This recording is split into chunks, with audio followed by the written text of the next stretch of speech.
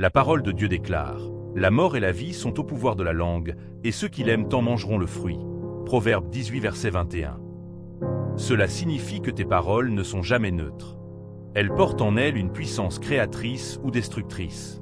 Frère, sœur, si le ciel a lié la vie à tes paroles, tu ne peux plus parler au hasard. Chaque mot que tu prononces ouvre une porte ou en ferme une, élève un autel ou détruit une bénédiction. Tes paroles ne s'évaporent pas dans l'air, elles façonnent le monde invisible autour de toi. Aujourd'hui, le Saint-Esprit veut te prendre par la main. Il veut t'apprendre à sanctifier tes lèvres, à guérir tes relations et à libérer une atmosphère de paix dans ton foyer. Il veut faire de ta bouche un instrument puissant, aligné sur la vérité de Dieu. Et avant d'aller plus loin, je t'invite à poser un acte spirituel. Écris en commentaire cette simple mais puissante déclaration. Je choisis la vie dans mes paroles. Ce sera ton engagement devant le ciel, un signe que tu marches dans cette vérité. 1. Chaque parole est une semence. Imagine un champ. Chaque parole que tu prononces est comme une graine plantée dans la terre. Certaines graines produisent des fruits délicieux, d'autres portent des épines douloureuses. Ainsi en est-il de ton langage. La Bible dit: la mort et la vie sont au pouvoir de la langue. Proverbe 18, verset 21. Tes mots ne s'éteignent pas après avoir été prononcés, ils prennent racine dans les cœurs, dans les pensées, et même dans le monde spirituel. Puis, tôt ou tard, ils portent des fruits.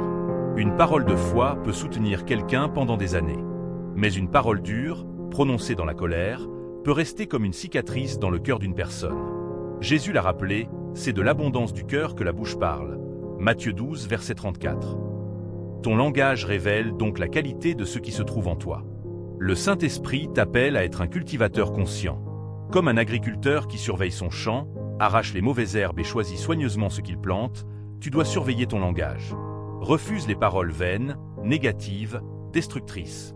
Choisis plutôt de semer des mots qui portent la vie, l'espérance et la bénédiction. 2. Chaque parole est une clé spirituelle. Les mots que tu prononces ne sont pas de simples sons. Ils sont des clés dans le monde spirituel. Jésus a dit: « Je te donnerai les clés du royaume des cieux. Ce que tu liras sur la terre sera lié dans les cieux, et ce que tu délieras sur la terre sera délié dans les cieux. » Matthieu 16, verset 19. Tes paroles participent à cet exercice d'autorité. Quand tu déclares la vérité de Dieu, tu ouvres une porte pour que sa lumière entre dans une situation. Mais lorsque tu parles de peur, de doute ou de condamnation, tu ouvres une brèche par laquelle l'ennemi peut s'infiltrer. Chaque conversation, même la plus ordinaire, est en réalité un choix spirituel. Tu peux inviter la paix dans ton foyer par tes mots, ou installer la confusion. Tu peux libérer la joie dans ton entourage, ou semer la division. Voilà pourquoi David priait: « Éternel, mets une garde à ma bouche, veille sur la porte de mes lèvres. » Psaume 141, verset 3. Il savait que sa langue était une porte, et il voulait que Dieu en soit le gardien. 3. Tes paroles révèlent ton cœur. Ta bouche est le miroir de ton cœur. Tu peux cacher tes émotions, mais tôt ou tard, elles finiront par s'exprimer dans tes paroles. Jésus l'a dit: « L'homme bon tire de bonnes choses du bon trésor de son cœur, et le méchant tire de mauvaises choses de son mauvais trésor. Car c'est de l'abondance du cœur que la bouche parle. » Luc 6, verset 45. Un cœur rempli d'amertume ne pourra produire que des paroles dures, critiques ou négatives. À l'inverse, un cœur rempli de foi, de paix et d'amour exprimera naturellement des paroles qui guérissent, encouragent et fortifient. Le Saint-Esprit agit ici comme un médecin divin.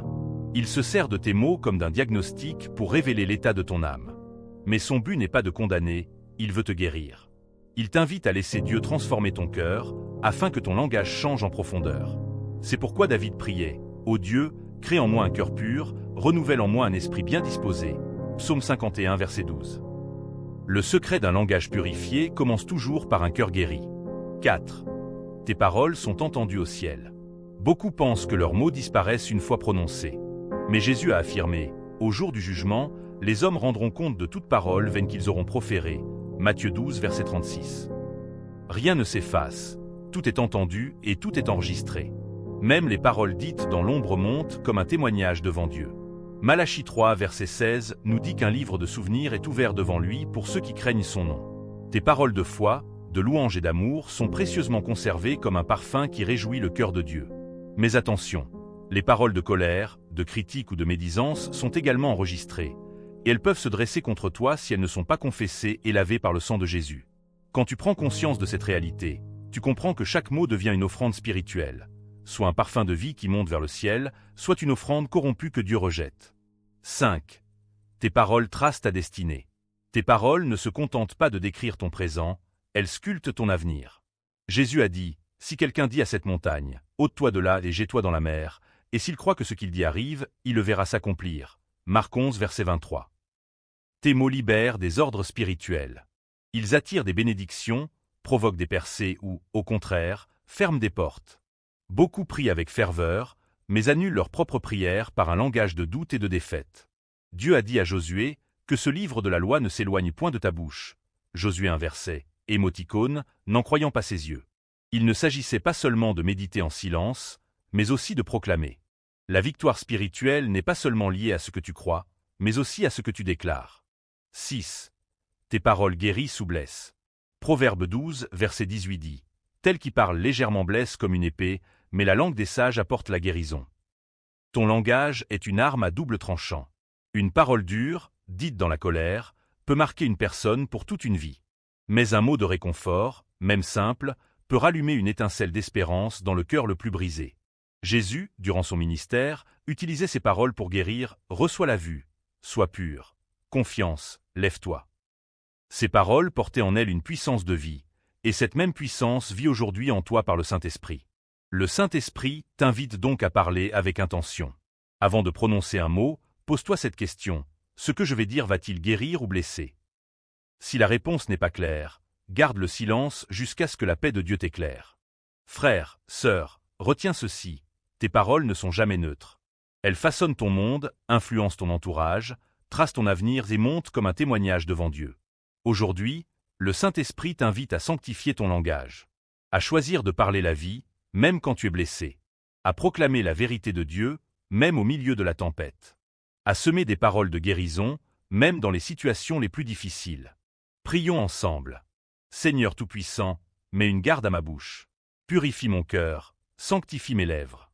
Que chaque parole que je prononce devienne une semence de vie, de paix et de guérison. Au nom de Jésus-Christ. Amen.